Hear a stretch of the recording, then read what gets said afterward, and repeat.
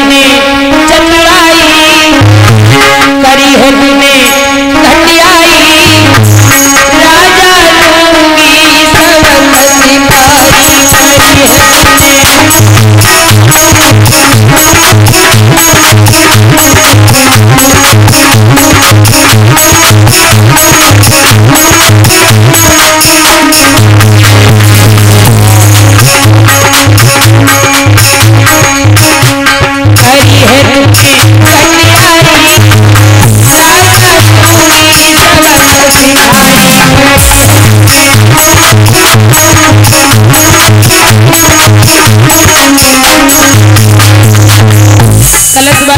खड़ी हो जाओ, खड़ी हो जाओ, खड़ी हो जाओ।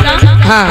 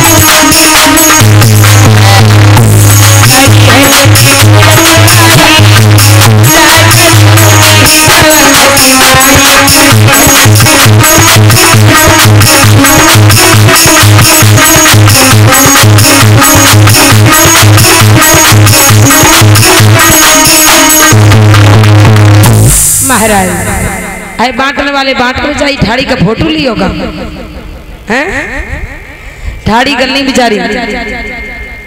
इधर श्री सुखदेव जी महाराज समझा रहे उत्तरन परीक्षित, इधर जाकर अपने पिता गुरु शुक्राचार्य से कही है कि गुरु पिताजी राजा ने मेरे साथ धोखा किया है, शर्मिष्ठा से भी विवाह किया है। अब राजा ने जैसे सुना कि इनके पिता से शिकायत पहुंच चुकी है, तो इधर गुरु शुक्राचार्य ने श्राप दे दिया है कि हे राजा याति मैं तुम्हें श्राप देता हूं, तुमने मेरी बेटी के साथ जो छल किया है ना, तुम वृद्ध हो जाओ, बुढ़ापे की ओर चले जाओ। अब राजा ने क्षमा मांगी है, पिताजी क्षमा कर दीजिए। बोले क्षमा तो हम नहीं कर सकते हैं, बोले श्राप वापस ले लीजिए। बोले श्राप भी वापस नहीं होगा, बदलाव हो जाएगा। कैसा बदलाव?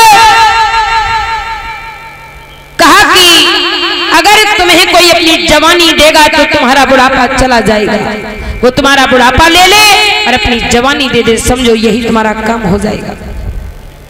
अब महाराज सभी पुत्रों से कहा अपनी अपनी जवानी दे दो। अब कोई पुत्र तैयार नहीं, सबसे छोटा पुत्र है पुरु, और पुरु ने अपने पिता को जवानी दी, उनका बुढ़ापा ले लिया है। अब राजा याति जवान है, पुरु बूढ़े। लोग नाना भाषा से बातें कर रहे, बोले देखो पिता जवान घूम रहे हो, बेटा बूढ़ो है। अब शर्म आने लगी, अपनी जवानी वापस दी है और बुढ़ापा वापस ले लिया है। इधर देवयानी के गर्भ से जो बड़ा पुत्र पैदा हुआ है यदु, इसी यदुवंश में, इन्हीं यदु के नाम से हमारा यदुवंश चला है। और इसी यदुवंश पीढ़ी में, 53वीं पीढ़ी में हमारे योगी राज कृष्ण कन्हैया ने जन्म लिया है। महाराज आ जाइए कि भगवान कन्हैया का जन्म हुआ कहां था। मथुरा नगरी के राजा हैं राजा उग्रसेन, ये दो भाई हैं। महाराज राजा उग्रसेन दो भाई, इनके छोटे भाई जिनका नाम है देवक। राजा उग्रसेन की पत्नी का नाम है पवन रेखा। पवन रेखा बड़ी सुंदर पतिव्रता नारी है। माताएं, कल हमने कहा था कि कौन कौन अपने पति के चरण स्पर्श करती हो, और जो नहीं करती वो आज से शुरू कर देंगी। आज किसने शुरू कर दिया, जरा लंबे हाथ करना। जिसने शुरू कर दिया है, चरणों को छूना शुरू कर दिया, उठा लंबे हाथ। तुम्हें ना ये चुन्नी मिली है, तुम हमारी तरफ देखो। किस किसने छूना शुरू किया है? हाँ तो करो, ना तो करो, कुछ तो करो। नहीं छुए क्यों? शर्म लगती है, हैं? करवा चौथ वाले दिन तो खूब छूती। एक ही दिन बेचारे की पूजा होती, वो होती करवा चौथ।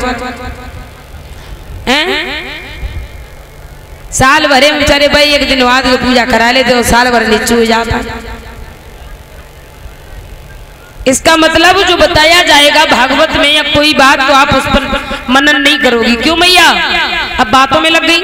सरता दीदी क्या बातें कर रही हैं पीछे? ये लोग क्या कर रही बातें? आप इसका मतलब जो भागवत में बातें बताई जाएंगी या कोई भी सत्य बताया जाएगा, उस पर मनन नहीं करोगी, हवा में उड़ा दोगी जैसे कि हवा में उड़ गई है। सुबह उठ करके सास ससुर के चरणों को स्पर्श करती हो? नहीं करती। काहे से? अगर झुक जाओगी तो हो सकता है थोड़ी कम हो जाओगी। मैया लौट कर आओ अपनी संस्कृति में। एक पवन रेखा एक ऐसी स्त्री थी अपने जीवन में जो अपने पति के सिवा किसी दूसरे पति की तरफ नजर उठाकर नहीं देखती थी। अपने पति से बढ़कर उसे दुनिया में कोई अच्छा नहीं लगता था। अपने पति की उसे बड़ाई अच्छी लगती थी, पति का नाम अच्छा लगता था, और इतनी शक्तिशाली थी भैया। आपको मालूम है जो पतिव्रता नारी होती है ना, उससे भगवान भी डरता है। अब पतिव्रता नारी है ही नहीं कलयुग में, कोई नहीं है। कोशिश भी करती है फिर भी नहीं कर पाती है।